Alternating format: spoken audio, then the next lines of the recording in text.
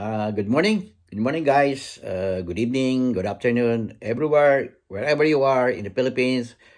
Shout out to all overseas Filipino workers there in the Middle East and also in Singapore and most especially in Taiwan and also in Europe. In Europe also. Okay, Canada, Australia. Okay, everywhere Filipinos live. Overseas Filipino workers ang bida parate. Okay.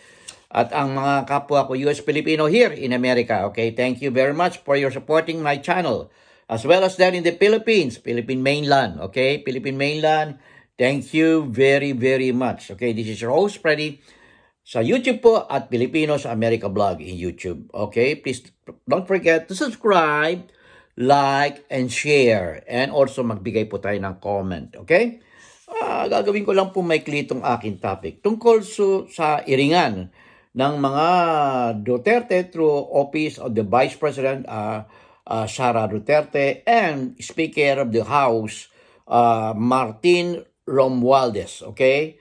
Ito ay maaga pa para sa eleksyon, no? Maaga pa para sa eleksyon.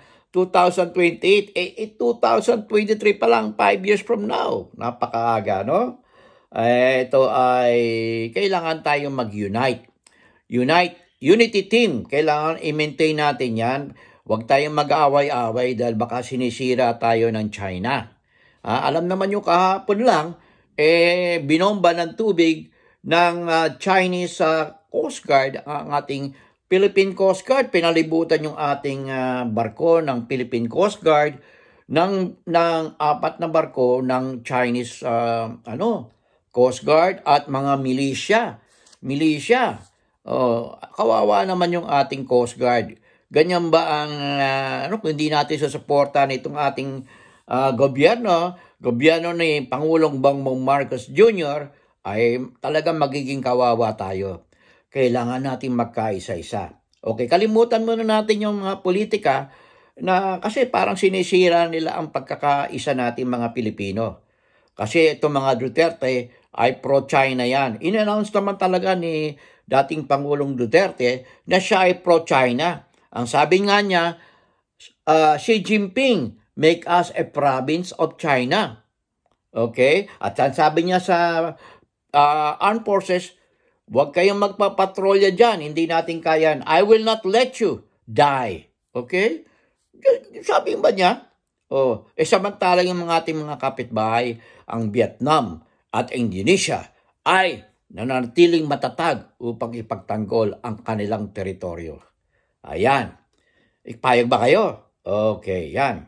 At itong girian ng House at ng Office of the Vice President ang nagsimula yan sa confidential fund. At ito ay nagbunga ng sarit-sarit mga opinyon. At ito ay findings ng COA kung hindi may paliwanag ng Office of the Vice President. How were you able to spend 125 million at year-end, last 2022? Hindi may paliwanag at nag-walk out ang ating Vice President during the Senate hearing. Okay?